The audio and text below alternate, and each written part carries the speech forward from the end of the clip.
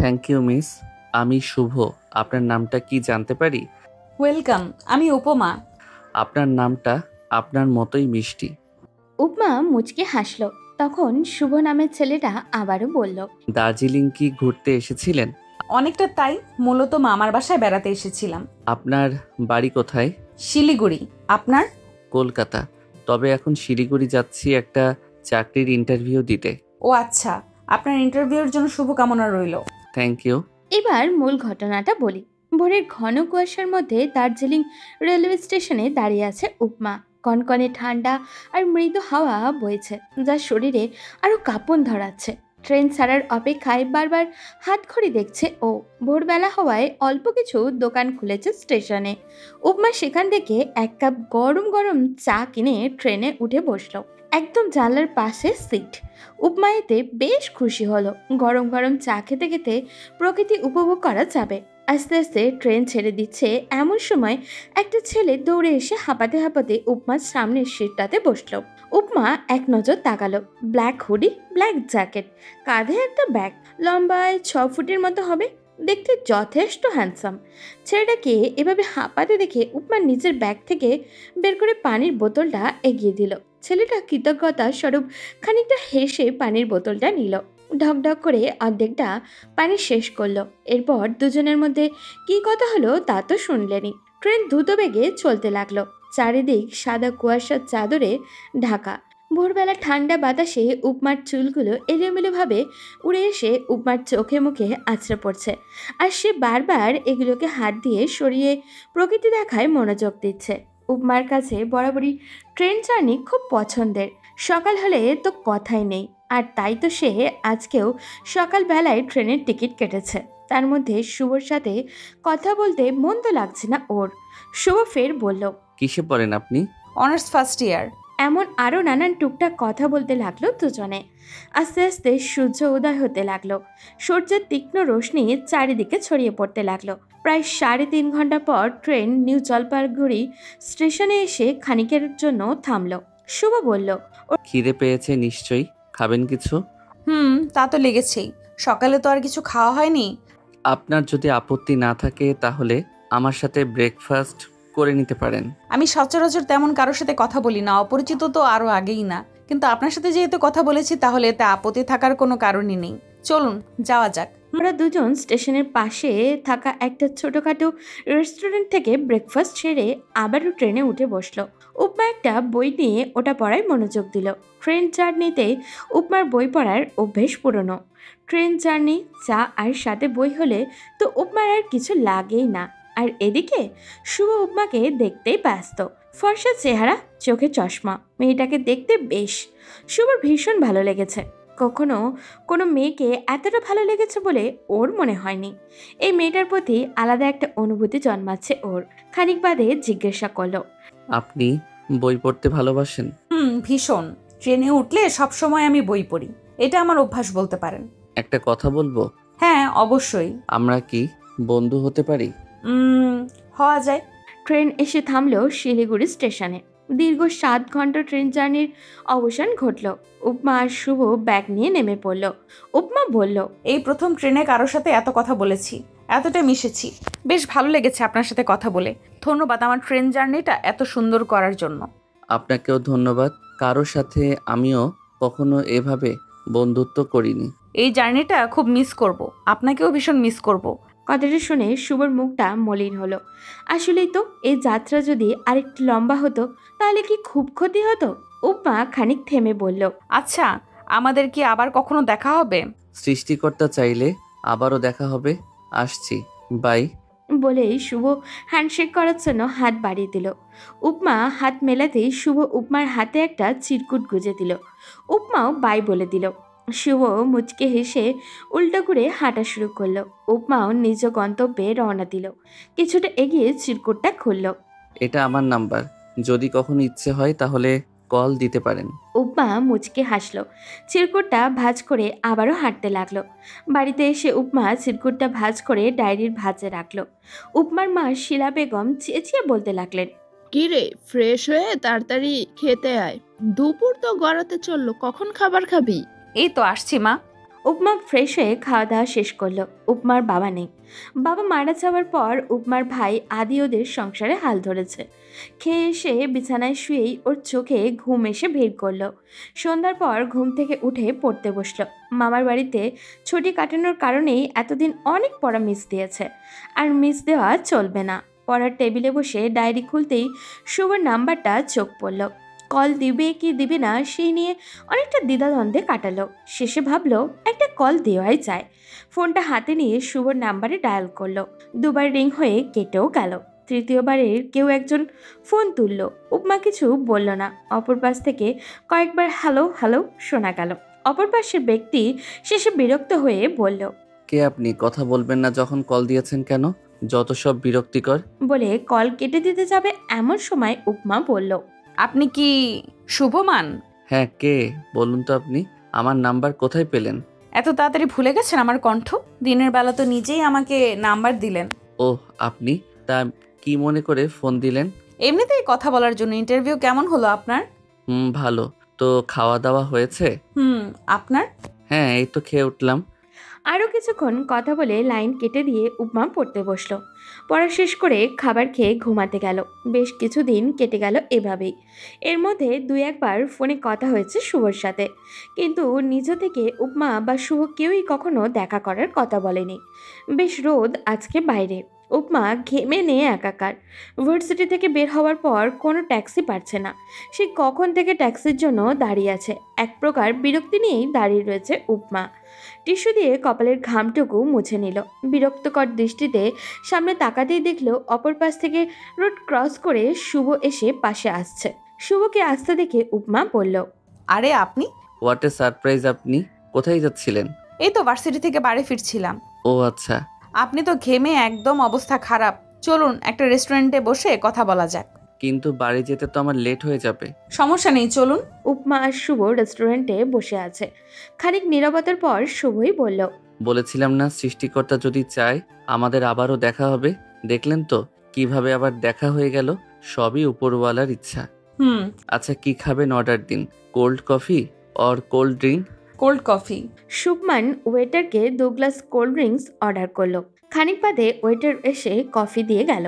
উপমা এক চুমুক কফি খেয়ে ফের জিজ্ঞাসা করলো, তো এখানে কোথায় থাকছেন আপনি? এই তো একটা ফ্ল্যাট ভাড়া নিয়ে থাকছি। ও আচ্ছা। ঘন্টাখানেক দুজনে একসাথে রেস্টুরেন্টে কাটালো। দুপুর 3টের দিকে বাড়িতে পৌঁছালো উপমা। একের পর এক কলিং বেল দিয়েই যাচ্ছে। শিলা বেগম শাড়ির আঁচলে হাত মুছতে মুছতে বললেন, আরে বাবা, খুলছি তো, দাঁড়া। পাগল হয়ে যাচ্ছিস কেন? দরজা খুলতেই উপমা ঢুকে সোফায় গা এলিয়ে দিল। তার মা দরজা লাগিয়ে ফিরে আসলেন। এসে তাকে ক্লান্ত হয়ে বসে থাকতে দেখে বললেন, কিরে, তোর এত দেরি হলো কেন আজকে? ট্যাক্সি পেতে দেরি হচ্ছিল তাই। শিলা বেগম টেবিলে রাখা শরবতের গ্লাসটা এনে এগিয়ে দিলেন উপমার দিকে। উপমা গ্লাসটা নিয়ে ঢকঢক করে সবটুকু শরবত খেয়ে নিল। ফ্রেশ হয়ে খেতে আয়। আমরা ফ্রেন্ডরা সবাই বাইরে খেয়ে এসেছি, বলে উপমা ব্যাগটা নিয়ে রুমের দিকে চলে গেল। বেশ অনেকটা সময় ধরে শাওয়ারও নিল। গরমে মাথাটা ভনভন করছে। শাওয়ার নিতে এসে ছাদে কাপড়গুলো মেলে দিল। ছাদের কিনারায় রেলিংয়ের উপরে বসে পড়ল উপমা। আনমনেই শুভর কথা মাথায় আসতেই হেসে ফেলল। ছেলেটা একদমই অন্যরকম, সবার থেকে আলাদা। উপমার সবার থেকে ছেলেটাকে অনেক ভালো লাগে। এখন বিকেলবেলা, রোদে তেমন একটা তেজ নেই, হালকা বাতাস বইছে। পরশুদিন উপমার এক্সাম, বাসার মধ্যে লোডশেডিং। এই কারণে উপমা বই নিয়ে ছাদে চলে গেছে। এখানে যাও একটু বাতাস আছে। ফোনটা পাশে রেখে উপমা বই পড়ায় মনোযোগ দিল। গত 2 মাস উপমা আর শুভর একটা ভালো বন্ধুত্ব হয়ে গেছে। কয়েকবার দেখাও করেছিল। এর মধ্যে ফোন বেজে উঠল।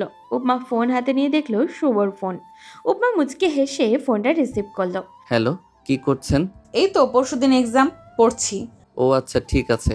তাহলে এখন ডিস্টার্ব না করি, আপনি পড়ুন। সমস্যা নেই, আপনি কি কিছু বলবেন? না, এমনি কথা বলার জন্য ফোন দিয়েছিলাম, কিন্তু পড়ছেন যেহেতু পড়ুন, সমস্যা নেই। আচ্ছা ঠিক আছে, রাখছি। ভালো থাকবেন। ফোনটা কেটে দিল উপমা। পিছন থেকে উপমার ভাই আদি এসে বলল, কিরে, পড়াশোনা বাদ দিয়ে কার সাথে কথা বলছিস? তেমন কেউ না, এক ফ্রেন্ডের সাথে। ও, এই গরমে বাসে থাকা যায় বল? ঘরের মধ্যে গরমের থেকে বিরক্ত হয়ে ছাদে চলে আসলাম। ইদানিং এত পরিমাণ লোডশেডিং হচ্ছে, বেঁচে থাকাটাই তো মুশকিল হয়ে যাচ্ছে। এদের লোকদের পেলে না মাথাটাই ফাটিয়ে দিতাম, বুঝেছিস? বলতে বলতে ছাদের অন্য পাশে গিয়ে রেলিংয়ের উপরে বসে পড়ল আদি। উপমা আবারও পড়ায় মনোযোগ দিল। কিছুক্ষণ পর কারেন্ট চলে আসায় ও বাসায় চলে গেল। সন্ধ্যায় নাস্তা করে আবারও পড়তে বসলো। রাতে ডিনার করে ঘুমিয়ে গেল। ইদানিং ক্লাস, কোচিং সবকিছু সামলাতে সামলাতেই হাঁপিয়ে উঠেছে উপমা। শান্তিতে নিঃশ্বাস ফেলারও সময়টুকু ওর নেই। পরীক্ষা শেষ হলে একটু শান্তি। আজকে উপমার এক্সাম। সকাল থেকে তড়িঘড়ি করে রেডি হয়ে এক্সাম হলে চলে গেল। এক্সাম শেষ হলো দুপুরে। এক্সাম দিয়ে বেরোতে বেরোতে বৃষ্টি নামলো। বৃষ্টির কারণে গাড়িও পাওয়া যাচ্ছে না। এদিকে বৃষ্টির মধ্যে ভিজে ভিজে অতটা পথ হেঁটে যাওয়া সম্ভবও নয়। রাস্তার পাশের একটা দোকানের ছাউনির নিচে এসে দাঁড়ালো বৃষ্টি থামার অপেক্ষায়। ফোনটাও আনেনি যে আদিকে কল দিবে। দোকানদার কিছুটা সামনে কিছু বকাটে ছেলে কথা বলছে, আবার বারবার উপমার দিকে বাজেভাবে তাকাচ্ছে। রাস্তায় মানুষ তেমন একটা নেই। উপমার ভয় লাগছে, এখানে আর দাঁড়ানো ঠিক হবে না। তাই বৃষ্টির মধ্যেই হাঁটা শুরু করলো সে। পিছন পিছন ছেলেগুলো আসতে লাগলো। উপমার ভয় আরও বাড়ছে, তাই হাঁটার গতি আরও বাড়িয়ে দিল। ছেলেগুলো এবার জোরে জোরে হাঁটছে আর উপমার উদ্দেশ্য বাজে বাজে কথাও বলছে। উপমা না পেয়ে উপমা এবার দৌড়াতে লাগলো। পিছন পিছন ছেলেগুলোও দৌড়াচ্ছে। দৌড়াতে দৌড়াতে একটা সময় পা পিছলে পড়ে যেতে লাগলো উপমা। এমন সময় কোনো এক শক্তপোক্ত হাত তাকে কোমর জড়িয়ে ধরে নিল। উপমা বেশ ভয় পেয়ে গেল। ভয়ের চোখ বন্ধ করে ফেললো। ছেলেটা একদম উপমাকে বুকের সাথে জড়িয়ে রেখেছে। আর ইউ ওকে উপমা? ছেলেটার কণ্ঠস্বর কর্ণকুহরে পৌঁছাতেই ধীরে ধীরে চোখ খুলল উপমা। তাকে এখনও জড়িয়ে ধরে আছে শুভ। উপমার ভয়টা কাটাতেই উপমা শুভর হাতের দিকে তাকালো।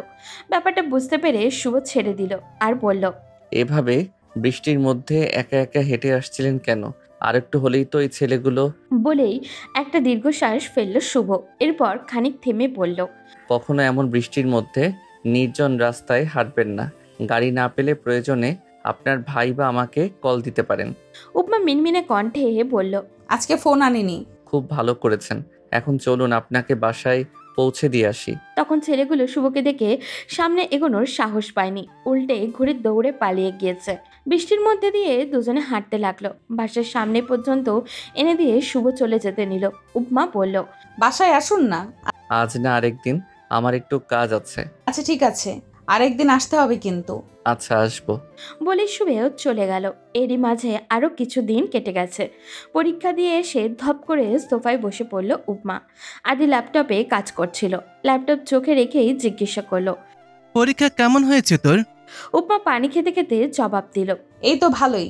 যা ঘরে গিয়ে ফ্রেশ হয়ে নে, তারপর খাবার খেয়ে ঘর পরিষ্কার করবি।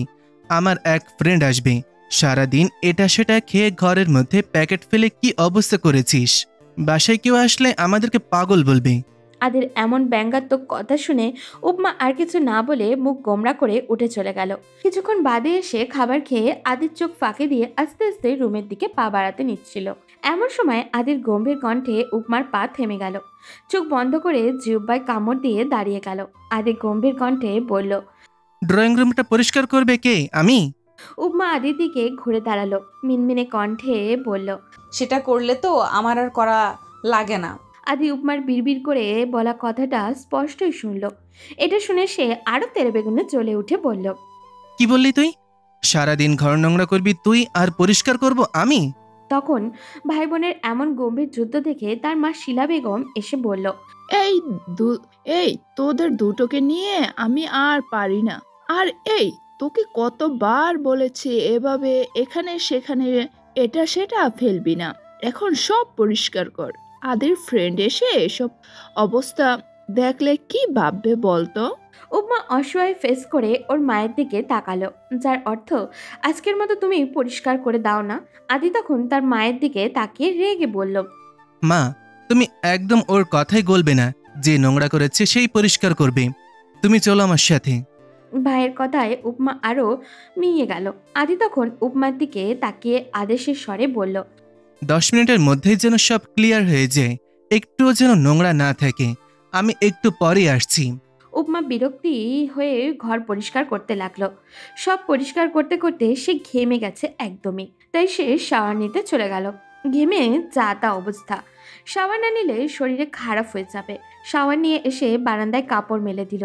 যদিও বিকেল হয়ে যাওয়ায় তেমন রোদ নেই, তবে বাতাস আছে। তারপর ড্রয়িং রুমে এসে টিভি ছেড়ে বসলো। আদিকে বের হতে দেখে জিজ্ঞাসা করলো, কোথায় যাচ্ছ? বললাম না আমার এক ফ্রেন্ড আসবে, ওকে আনতে যাচ্ছি। বলে বেরিয়ে আদি শুভকে ফোন দিল। কি রে, কই তুই? এই যে অ্যাড্রেস দিয়েছিস, প্রায় চলে এসেছি। শুভ গাড়ি থেকে নেমে আদিকে জড়িয়ে ধরল। আসলে শুভ আর আদি কলেজ ফ্রেন্ড। আদি কলকাতায় এক কলেজ থেকে পড়াশোনা করেছে। তাদের মধ্যে খুবই ভালো বন্ধুত্ব। শুভ শিলিগুড়িতে থাকে। শোনার পরেই আদি বলেছিল বাসায় আসতে, কিন্তু সময়ের অভাবে আসা হয়নি। আদি তখন শুভর কাঁধে হাত রেখে বলল, আসতে কোনো অসুবিধা হয়নি তো? না, অসুবিধা হবে কেন? আচ্ছা ভেতরে চল, আম্মু অপেক্ষা করছে। আদি বাসার গেট দিয়ে ঢোকার সময় শুভ খানিকটা অবাক হলো, কারণ এই বাসায় তো উপমায়ক থাকে। শুভকে কিছু একটা ভাবতে দেখে আদি জিজ্ঞাসা করলো। কি রে শুভ, দাঁড়িয়ে কি ভাবছিস? চল। শুভ আদির কথায় হুঁশে আসলো। এরপর মাথা নাড়িয়ে বলল, কিছু না, চলো। বাসায় ঢুকে শুভ আর উপমা দুজনকে দেখে অবাকের চরম সীমায় পৌঁছালো। আদি শুভকে উপমার দিকে তাকিয়ে থাকতে দেখে বলল। ও হচ্ছে আমার বোন উপমা। শুভ তখন উপমার দিকে তাকিয়ে হালকা হেসে বলল, আপনি আদির বোন? আমার তো বিশ্বাসই হচ্ছে না। উপমাও অবাক হয়ে গেল। শুভ তাহলে তার ভাইয়ের বন্ধু? আদি তাহলে দুজনকে এভাবে কথা বলতে দেখে সন্দেহজনক দৃষ্টিতে তাকিয়ে বলল, এই এক সেকেন্ড, তোরা কি দুজন দুজনকে চিনিস? আরে ওই তো সেই মেয়ে যার সাথে আমার ট্রেনে পরিচয়, যার কথা তোকে আমি বলেছিলাম। আদি শুভর কথায় প্রচণ্ড রেগে গেল। আদিকে রাখতে দেখে উপমা অবাক হলো। আদি রেগে গিয়ে শুভর কলার চেপে ধরল। কি বললি তুই? তোর এত বড় সাহস? তুই এতদিন ধরে আমার বোনকে ভালোবাসার কথা আমাকেই বলছিস? যা, এখনই বেরিয়ে যা, এখনই বেরিয়ে যা এখান থেকে। বেরিয়ে যা বলছি, তোকে কিছুতেই আমি আর সহ্য করতে পারছি না। উপমার তো সব মাথার ওপর দিয়ে যাচ্ছে, কিছুই বুঝে উঠতে পারছে না। শুভ তাহলে ওকে ভালোবাসে, কিন্তু ওকে তো কখনো বলেনি। আদির এমন ব্যবহারে তীব্র লজ্জায় পড়ল শুভ। সে আর কিছু না বলে উপমার দিকে একবার তাকিয়ে চলে গেল। এত চিৎকার শুনে শিলা বেগম বেরিয়ে এলেন। এসে আদির দিকে তাকিয়ে বললেন, কি হয়েছে তো চেঁচামেচি কিসের? মায়ের কথায় আদি উপমার দিকে একবার তাকালো। উপমা ভয় কাচুমাচু হয়ে গেছে। আদি চিৎকার করে বলে উঠল, তোমার মেয়েকেও সামলাও। ট্রেনে, রাস্তায় যার খুশি তার সাথে কথা বলবে, যার সাথে খুশি তার সাথে বন্ধুত্ব করবে, এমন শিক্ষা তো ওকে আমরা দেইনি। উপমার মা ভীষণ অবাক হলেন। তিনি কখনোই উপমার ব্যাপারে এমন কথা কোথাও শোনেননি। তাহলে আজ হঠাৎ কি এমন হলো? ওদিকে আদি তখন উপমার কাছে এসে বলল, একটা কথা তোকে বলে রাখি, কখনো শুভর সাথে যোগাযোগ রাখবি না, আর কোনোদিন কোনো ছেলের সাথে কথা বলবি না। কথাটা যেন মনে থাকে, না হলে আমি তোর কি করব নিজেও জানি না। বলে আদি রেগে হনহনিয়ে চলে গেল। ওদিকে রুমে গিয়ে দরজা লক করে দিল উপমা। ওর মা পিছন পিছন ডাকতে ডাকতে এসে দেখেন মেয়ে ঘরে দরজা বন্ধ করে দিয়েছে। বেশ কয়েকবার ডাকার পরও উপমা দরজা খুলল না।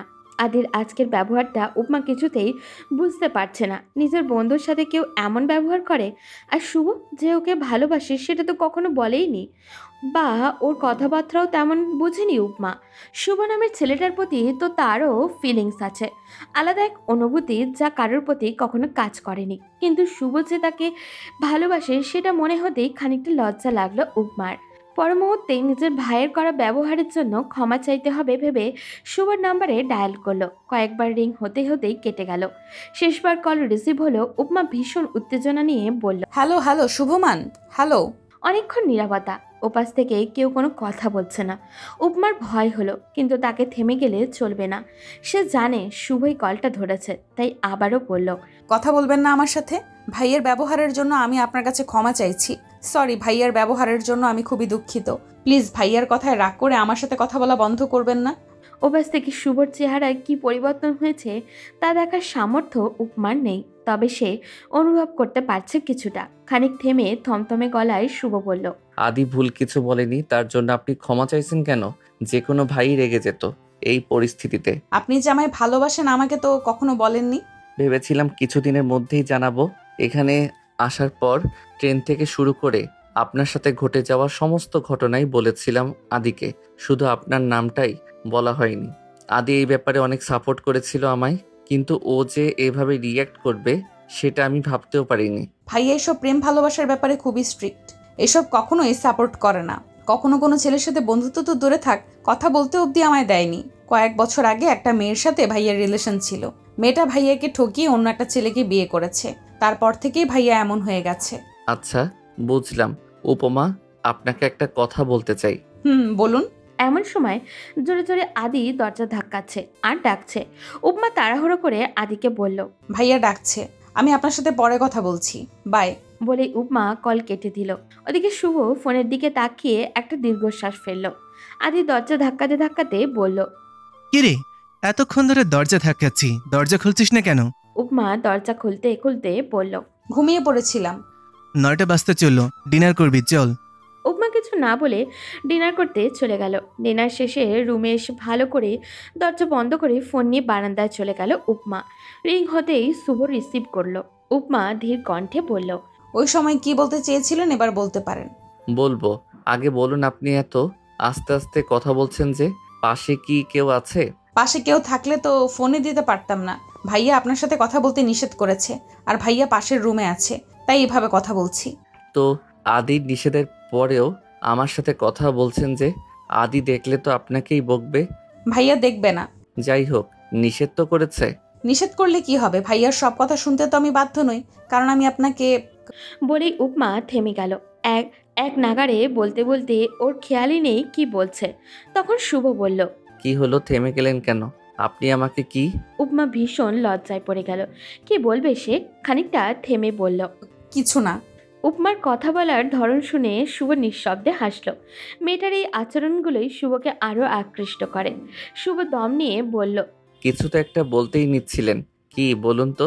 বললাম তো কিছু না। আচ্ছা, আপনি কি আমাকে ভালোবাসেন? শুভর কথা শুনে উপমার কান গরম হয়ে গেল। ছেলে কি সব বুঝেও তাকে লজ্জায় ফেলতে চাইছে? বেশ কিছুক্ষণ সব চুপচাপ। শুভ মৃদু হেসে বলল, জানি বাসেন, নয়তো ভাইয়ের নিষেধ সত্ত্বেও লুকিয়ে লুকিয়ে আমায় ফোন করতেন না, আদির হয়ে আমায় সরি বলতেন না। কি ঠিক বলছি তো? বেশ কিছুক্ষণ চুপচাপ থাকার পর উপমা ছোট্ট করে জবাব দিল, তাহলে তখন কিছু না বললেন কেন? উপমা এবারেও চুপ। কিছুক্ষণ পর আবারও বলল, আমি ঘুমাবো, আমার ঘুম পাচ্ছে। শুভ বুঝতে পারল উপমা লজ্জা পাচ্ছে, তাই আর কথা বাড়ালো না। ওকে, গুড নাইট। উপমা কিছু না বলে ফোন কেটে দিল। বেশ কিছুক্ষণ কেটে গেল। শুভ আর উপমার সম্পর্ক ভালোই চলছে, তবে সেদিনের পর আর দেখা হয়নি ওদের। ইনফ্যাক্ট দেখা করার কোনো সুযোগও নেই, কারণ এখন প্রতিদিনই আদি উপমাকে ভার্সিটি নিয়ে যায়, আবারও নিয়ে আসে। ওদের দেখা করার কোনো সুযোগ নেই। ড্রয়িং রুমে বসে শুভর সাথে মেসেজে কথা বলছিল উপমা। হঠাৎই ওর মায়ের ডাকে ফোনটা সোফায় রেখেই চলে যায়। এরই মাঝে আদি ড্রয়িং রুমে এসে বসে। এমন সময় উপমার ফোনে মেসেজ টোন বাজে। আদি হাতে নিয়ে দেখে শুভ্রর মেসেজ। সাথে সাথে আদির মেজাজটা তুঙ্গে উঠে গেল। চিৎকার করে উপমাকে ডাকলো। উপমা দৌড়ে আসতেই ওর গালে পরপর 2টা চড় মারল। রাগী গলায় বলল, তোকে কতবার বারণ করেছিলাম যে শুভর সাথে কথা বলবি না, আমার কথা না শুনে উল্টো ওর সাথে প্রেম করছিস। উপমা গালে হাত দিয়ে ফুপিয়ে ফুপিয়ে কাঁদতে লাগলো। আদি এটা দেখে আরো রেগে গেল। চিৎকার করে বলল, আজ থেকে তোর ফোন চালানো নিষেধ, তোর ফোন আমার কাছেই থাকলো, আর কখনো তুই ফোন পাবি না। বলেই ফোনটা নিয়ে চলে গেল আদি। উপমা সোফায় বসে বসে কান্না করতে লাগলো। এবার কি হবে? শুভর সাথে কি কথা বলবে কি করে?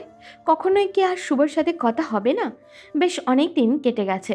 শুভ উপমার কোনো যোগাযোগ হয়নি এর মধ্যে, আর না দেখা হয়েছে। বেশ কিছুদিন যাবৎ উপমার ভার্সিটি যাওয়াও বন্ধ। আদির কড়া নিষেধ, ও যেন এর বাড়ির বাইরে পা না রাখে। এদিকে শুভ উপমার চিন্তায় পাগল হয়ে যাচ্ছে।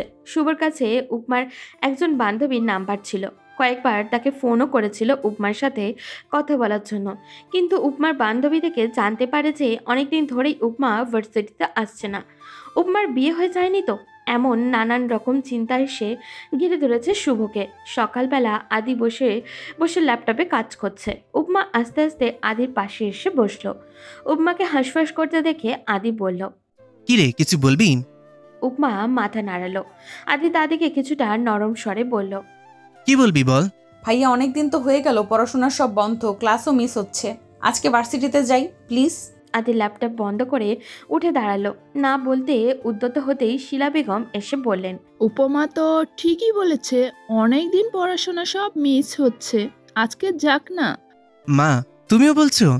দরকার হলে তুই সাথে করে নিয়ে যা, আবার তুই নিয়ে আসিস। মায়ের কথায় আদি কিছুক্ষণ নীরব থেকে গম্ভীর কণ্ঠে বলল, ঠিক আছে, রেডি হয়ে নাই। উপমা ঠোঁটে হাসি ফুটে উঠল। অনেকদিন ওর বাইরে যাওয়া হয় না, প্রকৃতির আলো বাতাস থেকে দূরে, মনটাও খারাপ হয়ে আছে। এদিকে প্রায় 15-20 দিন হতে চলল শুভর সাথে কোনো যোগাযোগ নেই। এখন আর কিছুই ভালো লাগে না ওর, ফোনটাও নেই যে কোনোভাবে যোগাযোগ করবে। উপমা তাড়াতাড়ি করে রেডি হয়ে নিল। আদি উপমাকে বাইকে করে ভার্সিটির সামনে নামিয়ে পড়ল। আমি তোকে নিয়ে যাব, ভার্সিটিতেই থাকিস। উপমা মাথা নাড়িয়ে ভিতরে চলে গেল। ও ক্লাসে আসতেই ওর বান্ধবী মিনা বলল, কি রে, কোথায় ছিলি এতদিন? তোর কোনো খোঁজ খবর নেই, ক্লাসও করছিস না, ফোনও ধরছিস না। এদিকে তোর খবর জানতে শুভ ভাইয়া কতবার আমায় ফোন দিয়েছে জানিস তুই? ছেলেটা তোর জন্য পাগল হয়ে গেছে, একটুখানি কথা বলার জন্য, একটুখানি দেখা করার জন্য। আর তুই সবকিছু বন্ধ করে বাড়িতে বসে আছিস। উপমা এবার মিনাকে জড়িয়ে ধরে কেঁদে দিল। এতদিনের সমস্ত কথা মিনাকে খুলে বলল। সব শুনে মিনা উপমাকে সান্ত্বনা দিয়ে বলল, দেখিস সবকিছু ঠিক হয়ে যাবে। এরই মধ্যে ক্লাস টিচার চলে আসলো। দুটো ক্লাসের পর অফ পিরিয়ড মিনা আর উপমা গিয়ে ক্যান্টিনে বসলো। মিনা উপমার দিকে ফোন এগিয়ে দিয়ে বলল, কথা বলবি ভাইয়ার সাথে? মিনার প্রস্তাবে উপমা কাপা কাপা হাতে ফোনটা নিয়ে বলল, আমার তো নাম্বার মনে নেই। আমার ফোনে সেভ করা আছে, কন্ট্যাক্ট লিস্টে গিয়ে দেখ, পাবি। উপমা কন্ট্যাক্ট লিস্টটা থেকে শুভর নাম্বারটা বের করে ডায়াল করলো। দুবার রিং হতে হতেই কেটে গেল। উপমা আবারও কল দিতে যাবে এমন সময় শুভ নিজেই কল ব্যাক করলো। রিসিভ হতেই শুভর কণ্ঠ শোনা গেল। হ্যালো মিনা, উপমার কোনো খবর পেয়েছো? শুভ, আমি। বলেই কেঁদে দিল উপমা। উপমার কণ্ঠ কানে পৌঁছাতেই শুভ বলল, উপমা, উপমা তুমি কেমন আছো? এভাবে কেঁদো না প্লিজ। উপমা তখন কেঁদেই চলেছে। প্রিয় মানুষের এমন কান্না শুভকে শেষ করে দিচ্ছে। সে উপমাকে শান্ত করার জন্য নিজেকে স্বাভাবিক রেখে বলল, তোমার সাথে আমার কথা আছে, কান্না অফ করো প্লিজ। কিন্তু উপমা কান্না থামালো না। তখন তার পাশে বসে থাকা মিনা উপমার হাত ধরে বলল, এই উপমা, কাঁদিস না, কান্না অফ কর প্লিজ। দেখ ভাইয়া তো কিচ্ছু বলবে না তোকে। উপমার কান্না আস্তে আস্তে বন্ধ হয়ে গেল, তবে এখনো নাক টেনে যাচ্ছে। শুভ এবার নরম স্বরে জিজ্ঞাসা করলো, কোথায় ছিলে এতদিন তুমি? জানো তোমার জন্য আমার কতটা চিন্তা হচ্ছিল। অনেক দিন ভার্সিটি আসছো না, আর তোমার ফোনটাও সুইচ অফ। কি হয়েছে বলো প্লিজ। সেদিন আদির ফোন নিয়ে যাওয়ার পর থেকে সমস্ত ঘটনা উপমা শুভকে বলল। সব শুনে শুভ বলল, চিন্তা করো না, সব ঠিক হয়ে যাবে। দেখো, আচ্ছা তুমি কোথায় এখন? ভার্সিটিতে তো? হ্যাঁ। ওকে, তুমি ওয়েট করো, আমি আসছি। প্রায় 1 ঘন্টা হয়ে গেছে। উপমা আর মিনা ক্যান্টিনে বসে বসে ওয়েট করছে। শুভ এখনো আসেনি। আর কিছুক্ষণের মধ্যেই ভার্সিটি ছুটি হয়ে যাবে, তখন তো ভাইয়াও চলে আসবে। আমি শুভর সাথে কথা বলবো কিভাবে? এইসব ভাবনার মধ্যেই উপমা তাকিয়ে দেখলো আদি বাইক নিয়ে ভার্সিটির ভিতরে ঢুকছে। মিনার হাত ঝাঁকিয়ে বলল, কি হবে আমার বলতো? শুভ যদি এখন আসে তাহলে তো ভাইয়া ওকে। মিনা উপমাকে আশ্বস্ত করে বলল। কিছু হবে না। তখন আদি এগিয়ে এসে উপমার সামনে দাঁড়িয়ে বলল। ক্লাস শেষ? মিনা উপমার দিকে তাকিয়ে কিছু একটা ইশারা করতেই উপমা বলল, না না, আরো একটা প্র্যাকটিক্যাল ক্লাস আছে, তারপর বাড়ি যাব। ঠিক আছে, আমি ওয়েট করছি, তুই ক্লাস করে আয়। উপমা মিনার হাত ধরে একটা ক্লাসরুমে গিয়ে বসলো। ভয় নিয়ে বলল, ভাইয়াকে তো বললাম ক্লাস আছে, এদিকে তো 10-15 মিনিট বাদে ভার্সিটি শেষও হয়ে যাবে। ওয়েট, দাঁড়া, আমি জিজ্ঞাসা করছি কোথায় আছে ভাইয়া। শুভর নাম্বারে ফোন দিল মিনা। শুভ তাড়াতাড়ি রিসিভ করলো। মিনা তাড়াহুড়ো করে বলল, ভাইয়া আপনি কোথায়? এই তো তোমাদের ভার্সিটির ভেতরেই ঢুকছি। তোমরা কোথায়? আদি ভাইয়া ক্যান্টিনের সামনে বাইকে বসে আছে।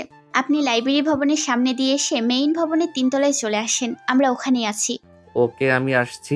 চিন্তা করিস না, ভাইয়া চলে এসেছে। উপমা মিনার হাত ধরে বলল কথাটা, কিন্তু উপমা শান্ত হতে পারল না। সে ভয়ে ভয়ে বলল, ভাইয়া যদি শুভকে দেখে ফেলে তাহলে? দেখবে না, কিচ্ছু হবে না, দেখিস। মিনিট 2-এর মধ্যেই শুভ এসে 3 তলার বারান্দায় দাঁড়ালো। মিনা বারান্দায় এসে শুভকে দেখে হাত ধরে রুমের মধ্যে নিয়ে যায়। উপমার উদ্দেশ্যে বলল, তোরা কথা বল, আমি দেখি কেউ আসছে কিনা। বলেই দরজাটা হালকা করে লাগিয়ে বারান্দায় এসে দাঁড়ালো। ওদিকে উপমা দৌড়ে গিয়ে শুভকে জাপটে ধরে কেঁদে দেয়। শুভ উপমাকে এক হাতে জড়িয়ে নিয়ে বলে, কেঁদো না, আমি এসেছি তো, দেখবে সব ঠিক হয়ে যাবে। উপমা উপমা শুনল না শুভর কথা। সে কাঁদতে কাঁদতে বলল, ভাইয়া তো আমাকে বাড়ি থেকেও বের হতে দেয় না, ফোনটাও নিয়ে গেছে, যে তোমার সাথে কথাও বলতে পারছি না। তোমার সাথে কথা বলা ছাড়া তো আমিও থাকতে পারছি না। উপমা শুভর মুখে মুখ গুজে কেঁদে চলেছে। শুভ বারবার উপমাকে শান্ত করার চেষ্টা করতেও ব্যর্থ হলো। এরই মধ্যে দরজায় নক দিল মিনা। তাড়াতাড়ি কথা শেষ কর, ভার্সিটি তো ছুটি। আদি ভাই এই বিল্ডিং এর দিকে এগিয়ে আসছে। এরই মধ্যে দরজায় নক করলো মিনা। আদির কথা শুনে উপমা মুখ তুলে শুভর দিকে তাকালো। শুভ পকেট থেকে একটা ফোন বের করে বলল, এই নাও, এটা তোমার কাছে রাখো। উপমা অবাক হয়ে তাকিয়ে রইল। শুভ তখন মুচকি হেসে ফোনটা উপমার হাতে ধরিয়ে দিয়ে বলল, কি হলো, তাকিয়ে আছো কেন? এটা তোমার জন্য। আদি আবার এসে পড়বে। ধরো এটা। এটাতে আমার নাম্বার সেভ করা আছে আর একটা সিম দেওয়া আছে। ওই সময় এটা কিনতে যাওয়াতেই একটু দেরি হয়েছিল। উপমা আবারও শুভকে জড়িয়ে ধরল। মিনা দরজায় নক করে বলল, ভাইয়া তো সিঁড়ি দিয়ে উঠছে, তাড়াতাড়ি আয়। উপমা শুভকে ছেড়ে দিয়ে দাঁড়ালো। শুভ তখন উপমার কপালে একটা আলতো চুমু দিয়ে বলল, ফোনটা ব্যাগে ঢুকিয়ে নাও। আসছি আমি। সাবধানে থেকো আর নিজের খেয়াল রেখো। কি করে যাবে ভাইয়ার সামনে দিয়ে? পেছনে ক্লাসের বারান্দা দিয়ে নেমে যাব। আমার জন্য চিন্তা করো না। কিন্তু এভাবে যেতে হবে, উপায় নেই। বলে শুভ বেরিয়ে যেতে নিল। কি মনে করে আবার পিছন ফিরে তাকালো। উপমা ছলছল চোখে শুভর দিকে তাকিয়ে বলল, আমাদের আবারও দেখা হবে তো শুভমান? অবশ্যই হবে, আর সেটা খুব তাড়াতাড়ি হবে। বলে শুভ পেছনের দরজা দিয়ে বেরিয়ে গেল। ওদিকে উপমা ক্লাসরুম থেকে বেরিয়ে আসতেই আদির সামনে এসে দাঁড়ালো। উপমা আর মিনাকে দাঁড়িয়ে থাকতে দেখে জিজ্ঞাসা করলো, কিরে, তোরা দুজন কি করছিস? সবাই তো বেরিয়ে গেছে। উপমা কিছু বলার আগেই মিনা বলল, আসলে ভাইয়া, উপমা তো এতদিন আসেনি, তাইও আমার কাছ থেকে নোটস লিখে নিচ্ছিল। সবকিছু লেখা হয়েছে? হ্যাঁ। বাড়ি চলে এবার। আদি আর কিছু না বলে উপমার দিকে তাকিয়ে রইল। বাড়িতে এসে উপমা শাওয়ার নিয়ে লাঞ্চ করে রুমে এলো। রুমে এসে দরজাটা ভালো করে লক করে টেবিলে থেকে ব্যাগটা নিয়ে এসে খাটের ওপরে বসলো। ব্যাগ থেকে ফোনটা বের করে অন করলো।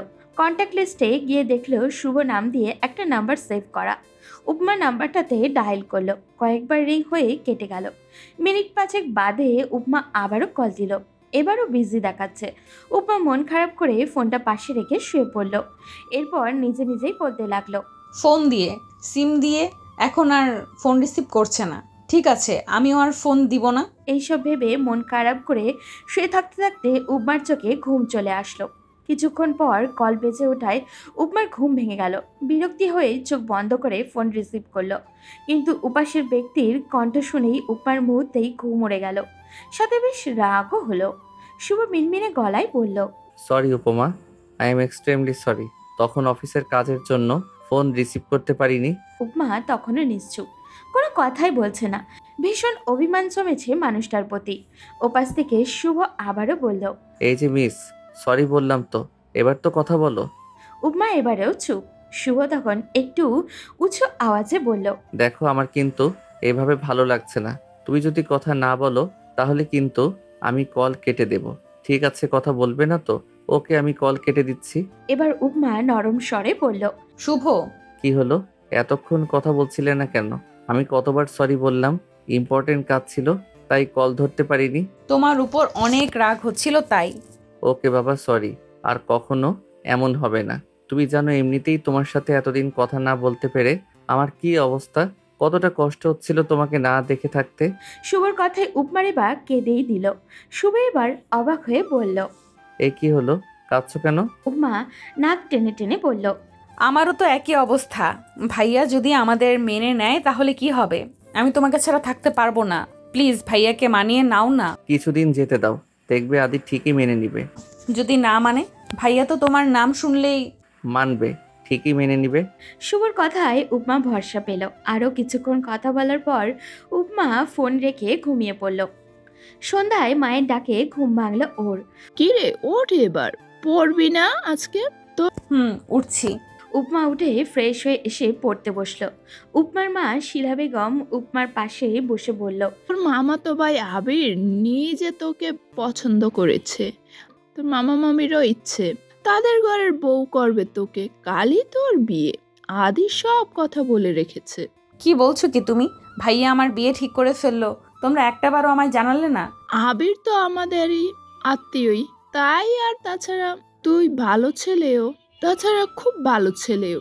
তোর মামা মামিও অনেক করে বলল, এজন্য আর না করতে পারলাম না। আর আবির 3-4 দিন পরেই জার্মানি চলে যাবে, তাই আর দেরি করতে চায় না বিয়েটা নিয়ে।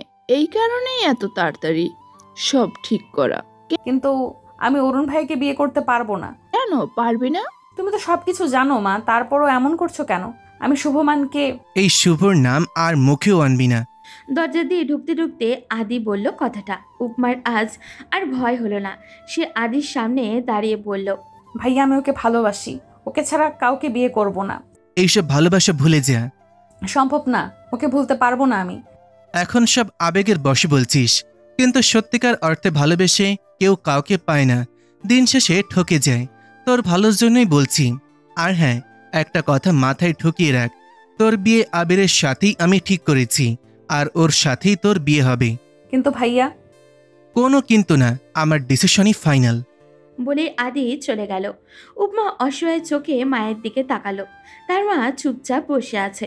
উপমা তখন তার মায়ের কাছে গিয়ে বলল, মা, ও মা, তুমি ভাইয়াকে বোঝাও না, আমি শুভকে ছাড়া থাকতে পারবো না। তোর ভাইকে বলে লাভ নেই। ওই মেয়েটা তোর ভাইয়ের সাথে প্রতারণার পর থেকে তোর ভাই এমন হয়ে গেছে, ভালোবাসা শব্দটাই এখন ঘৃণা করে, এসবের প্রতি বিশ্বাসই উঠে গেছে।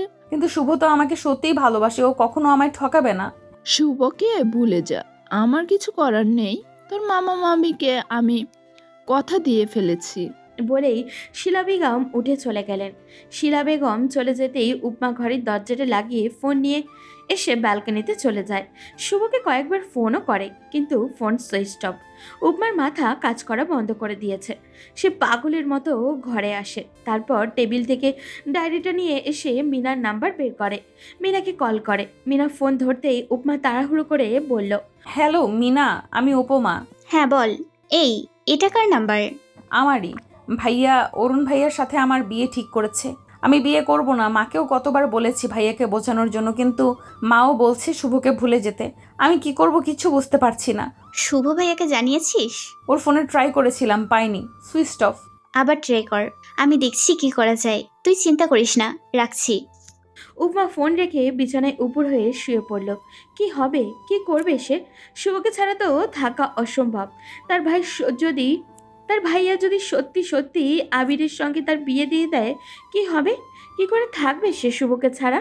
বেশ কিছুক্ষণ পর শুভ কল দেয়। উপমা তাড়াহুড়ো করে ফোন রিসিভ করতেই শুভ বলল, হ্যালো, সরি উপমা, আমার ফোনে চার্জ ছিল না, তাই রিসিভ করতে পারিনি। একটু আগে মিনাও আমায় ফোন দিয়েছিল, ও বলেছে আমায় সবটা। ভাইয়া আমার বিয়ে ঠিক করেছে, কালকেই আমার বিয়ে। আমার মামা মামিকে কথাও দিয়ে ফেলেছে। আমি বিয়ে করব না শুভ, আমি তোমাকে ছাড়া থাকতে পারবো না। তুমি চিন্তা করো না, কিছু হবে না। আমি তোমাকে কারো হতে দিব না, আমার উপর ভরসা রাখো। বলেই ফোন কেটে দিল শুভ। প্রায় রাত 1টা বাজে। উপমা চিন্তা করতে করতে একসময় ঘুমিয়েই গিয়েছিল, কিন্তু মিনিট 5 আগে শুভর ফোনে ঘুম ভেঙে গেছে। শুভ ফোন দিয়ে বলছিল, ঘুমিয়ে পড়েছিলে নাকি? সরি ঘুম ভাঙানোর জন্য। না সমস্যা নেই। শুনো উপমা, আমি তোমার বাসার নিচে দাঁড়িয়ে আছি, তোমার রুমের জানালাটা খুলে একটু জানালার কাছে আসো। তুমি এত রাতে? আগে আসো, তারপর বলছি। উপমা তাড়াতাড়ি করে জানলার কাছে গিয়ে দেখলো শুভ গেটের বাইরে দাঁড়িয়ে আছে। সে তাড়াতাড়ি আবারও শুভকে ফোন করে বলল, হ্যালো, এত রাতে তুমি? সেসব পরে বলছি, তুমি একটা কাজ করো, তাড়াতাড়ি তোমার ফোন আর ব্যাগটা নিয়ে চলে এসো। কিন্তু কি করে আসবো? মা আর ভাইয়া দেখবে তো? কেউ দেখবে না, আস্তে ধীরে আসো, সাবধানে। ওকে, আসছি। এরপর উপমা জামাটা পাল্টে চুল আছড়ে এর মধ্যেই আবারও শুভর ফোনে ফোন করলো। হলো, তুমি কোথায়? এই তো আসছি। তাড়াতাড়ি এসো, কেউ দেখে ফেললে আবার সমস্যা। তারপর ফোন আর ব্যাগ নিয়ে উপমার রুমের দরজা খুলল। ড্রয়িং রুম পুরো অন্ধকার। উপমা নিজের রুমের লাইট অফ করে দিয়ে পা টিপে টিপে মেইন দরজার কাছে গেল। আস্তে করে দরজা খুলে বেরিয়ে এলো। ফোনে ফ্ল্যাশ অন করতেই সিঁড়ি দিয়ে নিচে নেমে এলো। গেট খুলে বাইরে বেরোতেই দেখলো শুভ বাইক নিয়ে দাঁড়িয়ে আছে। উপমা কাছে যেতেই শুভ বলল, তাড়াতাড়ি বাইকে ওঠো। এত রাতে কোথায় যাব? কোথায় আবার? আমার বাড়িতে। কিন্তু এখন যদি তুমি আমার সাথে না যাও তাহলে কিন্তু সারা জীবনের জন্য আমাকে হারিয়ে ফেলবে। শুভর কথা শুনে উপমা ভয় পেয়ে যায়। উপমার দিকে এক দৃষ্টিতে তাকিয়ে আছে শুভ। উপমা শুভকে জড়িয়ে ধরে বলল, আমি তোমাকে হারাতে চাই না, হারাতে পারবো না, কিন্তু আমার ভাই আমাকে না পেলে তো। তুমি আমার সাথে চলো, কিছু হবে না, দেখো। উপমা তখন চুপ করে দাঁড়িয়েছিল, তার ভীষণ ভয় হচ্ছে। শুভ তখন উপমার হাত ধরে বলল, আমাকে বিশ্বাস করো তো তুমি? নিজের থেকেও বেশি।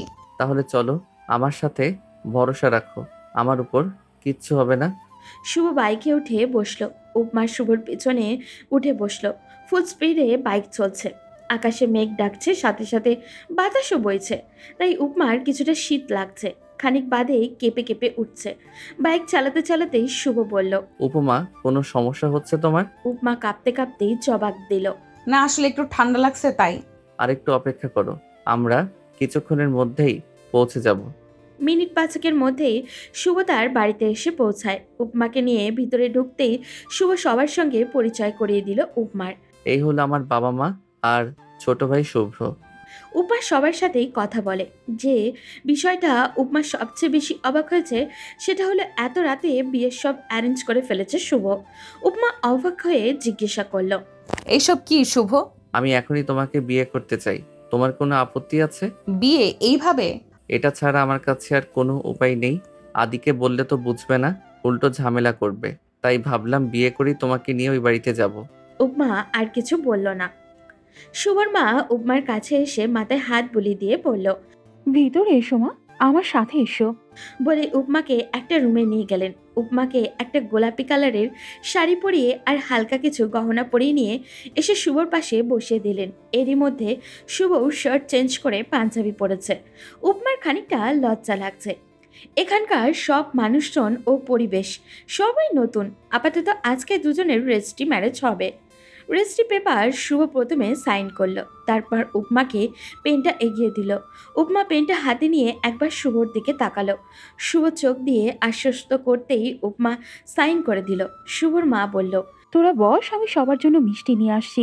বেশ কিছুক্ষণ বাদেই শুভর মা কিছু নাস্তা আর মিষ্টি নিয়ে এলেন। উনি নিজে হাতেই উপমা শুভকে মিষ্টি খাইয়ে দিলেন। তারপর শুভকে বললেন, রাত তো প্রায় 3টা বাজে, ওকে নিয়ে ঘরে যা, সকাল হলে ওই বাড়িতে যাবি। মায়ের কথা শুনে শুভ উপমার হাত ধরে মুচকে হেসে বলল, চলো রুমে যাই। শুভ উপমাকে নিয়ে ওর ঘরে গেল।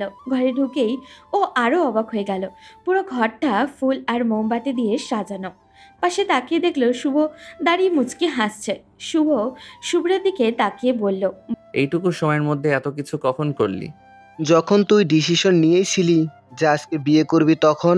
থ্যাঙ্কস ব্রাদার, বাট এখন আমাকে আর তোর ভাবিকে একটু একা ছাড়, রেস্ট নিব। ওকে, রেস্ট নাও, আমিও একটু ঘুমাই, কম দখল তো আর যায়নি। বলে শুভ চলে গেল। শুভ দরজা লাগিয়ে এসে বিছানায় শুয়ে পড়ল। উপমা তখন দাঁড়িয়ে আছে। শুভ উপমার দিকে তাকিয়ে বলল, কি হলো, দাঁড়িয়ে আছো কেন এখনো? উপমা এসে খাটের এক পাশে বসলো। শুভর দিকে তাকিয়ে বলল, আমার না খুব ভয় করছে, ভাইয়া আর মা যদি জানতে পারে তাহলে কি হবে? আমি তোমাকে নিয়ে কালকেই ওই বাড়িতে যাব। হ্যাঁ, আদি আর আন্টি রাগ করবে ঠিকই, কিন্তু মেনে নিবে। দেখো, এখন যদি তোমাকে বিয়ে না করতাম তাহলে সারা জীবনের মতো হারিয়ে ফেলতাম। যা হয় ভালোর জন্যই হয়, এখন এইসব চিন্তা বাদ দিয়ে এসো, ঘুমিয়ে পড়ো। উপমা এসে বিছানায় শুভর পাশে শুয়ে পড়ল। বিছানার পাশে জানলা খোলা, ঝিরিঝিরি বৃষ্টি পড়ছে। বাইরের বাতাসে মোমবাতিগুলো নিবু নিবু করছে। প্রকৃতির ঠান্ডা হাওয়া উপমার শরীর ছুঁয়ে যাচ্ছে। উপমার ঠান্ডা লাগছে ভীষণ, তবুও শুভর থেকে বেশ খানিকটা দূরত্ব বজায় রেখে শুয়ে আছে। উপমাকে এভাবে কাঁপতে দেখে একটানে তাকে নিজের কাছে নিয়ে এসে শক্তপোক্তভাবে জড়িয়ে ধরল শুভ। রাগী গলায় বলল, শীতে এভাবে দূরে থেকে নিজেকে কষ্ট দেওয়ার মানে কি? আমি তো তোমার হাজবেন্ডই, অন্য কেউ তো না। তাহলে এভাবে দূরত্ব বজায় রেখে শুয়ে শীতে কাঁপছো কেন? উপমা কিছু বলল না। শুভর এতটা কাছে থাকায় ওর নিঃশ্বাস খুব দ্রুত বেগে চলছে। উপমার অবস্থা বুঝতে পেরে শুভর আরেকটু শক্ত করে জড়িয়ে ধরে কপালে চুমু খেয়ে পড়ল। এখন ঘুমিয়ে পড়ো, সকালে আবার ওই বাড়ি যেতে হবে। আদি রাগী চোখে শুভ আর উপমার দিকে তাকিয়ে আছে। পিছন থেকে শিলা বেগম বারবার আদিকে বোঝানোর চেষ্টা করছে, কিন্তু আদি কোনো কথাই শুনতে নারাজ। ওর একটাই কথা, উপমা যেন এই বাড়ির আর পা না রাখে। আদি ফের চেঁচিয়ে বলল, কি রে, কথা কানে যাচ্ছে না তোদের? বলেছি না এখান থেকে চলে যেতে। আর তোর এত সাহস কি করে হলো আমার পারমিশন ছাড়া রাতের বেলা বাড়ি থেকে বেরোনোর? তোকে তো আমি। বলেই চর দেওয়ার জন্য হাত ওঠালো। উপমা ভয়ে কুকড়ে গেছে। তখন শুভ আদির হাত ধরে বলল, অনেক হয়েছে, আর ওর গায়ে হাত দিবি না। আমার বোনকে আমি মারবো না কি করব সেটা বলার তুই কে?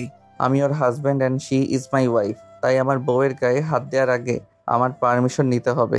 কথাটা ভালো করে মাথায় ঢুকিয়ে নে। আদি এবার রেগে শুভর দিকে হাত তুলতেই উপমার মা শিলা বেগম রেগে নিজের ছেলের গালে থাপ্পড় বসিয়ে দিলেন। আদি হাঁ হয়ে মায়ের দিকে তাকিয়ে আছেন। তখন শিলা বেগম রেগে বললেন, আদি, তোর কোনো কথা শুনতে চাই না আমি। আমার মেয়ে যেখানে গিয়ে সুখে থাকবে, ভালো থাকবে, সেখানেই ও থাকবে। এটা নিয়ে আর একটা কথাও বলবি না তুই। আর শোন, যে মেয়েকে তুই ভালোবাসতি সেই মেয়ে তোকে কোনো দিনও ভালোবাসতো না বলেই ঠকিয়ে গেছে। কিন্তু শুভ এমন ছেলে না। আর ওর সাথে তো তোর 1-2 দিনের বন্ধুত্ব না, 8-8টা বছরের বন্ধুত্ব। সেই কলকাতা থেকেই তুই ওকে চিনিস। তাহলে তোর এত ভালো বন্ধুকে তুই এভাবে অবিশ্বাস করবি? ওকে তুই ভালো করেই চিনিস, জানিস। আমিও চিনি ওকে। ও এমন ছেলে না, বোঝার চেষ্টা কর। আদি হনহনিয়ে ভিতরে চলে গেল। শিলা বেগম শুভ আর উপমাকে ভিতরে এনে বসালেন। কিছুক্ষণ কথা বলার পর সকালের নাস্তা করে শুভ আর উপমা চলে গেল। 6 মাস পর, মাস তিনেক আগে আদি শুভ আর উপমার বিয়ে মেনে নিয়েছে। এখন দুই পরিবারের মধ্যে সম্পর্ক অনেক ভালো, কারোরই কোনো আপত্তি নেই তাদের সম্পর্ক নিয়ে। রাত প্রায় 11টা ছুঁই। খাওয়া দাওয়ার পর উপমা আর শুভ দুজনে ছাদে দাঁড়িয়ে আছে। দুজনের মাঝেই নীরবতা। উপমা এক দৃষ্টিতে আকাশের দিকে তাকিয়ে আছে, আর শুভ উপমার দিকে। নীরবতা ভেঙে উপমাই বলল, আকাশটা কত সুন্দর, তাই না? তবে আমার উপমার সাথে আকাশের কোনো উপমাই হয় না। ঢং। সত্যি বলছি, তুমি আমার কাছে পৃথিবীর সবচেয়ে সুন্দরী রমণী, যে আমাকে প্রতিটা মুহূর্তে পাগল করো। উপমা এবার এগিয়ে এসে শুভর গলা জড়িয়ে ধরল। এরপর শুভর গালে একটা কিস করে শুভর মুখে মুখ লুকিয়ে পড়ল, আমাকে সারা জীবন এইভাবে ভালোবাসবে তো? এমন সুন্দরী রমণীকে ভালো না বেশি কি থাকা যায়? যদি আমার থেকেও সুন্দরী কেউ আসে তখন কি ভুলে যাবে? উপমা শুধু উপমাই বুঝলেন মহারানী, তার জায়গা কেউ কখনোই দখল করতে পারবে না। বলে শুভ হেসে এক হাতে জড়িয়ে নেয় উপমাকে। উপমাও শুভর বুকে মাথা রেখে উপভোগ করতে থাকে তারা ভরা রজনীর সৌন্দর্য। তাদের ভালোবাসা চলতে থাকুক এভাবেই। আজ এই পর্যন্তই। দেখা হবে পরবর্তী কোনো গল্পতে। সেই পর্যন্ত সবাই ভালো থাকবেন এবং সুস্থ থাকবেন।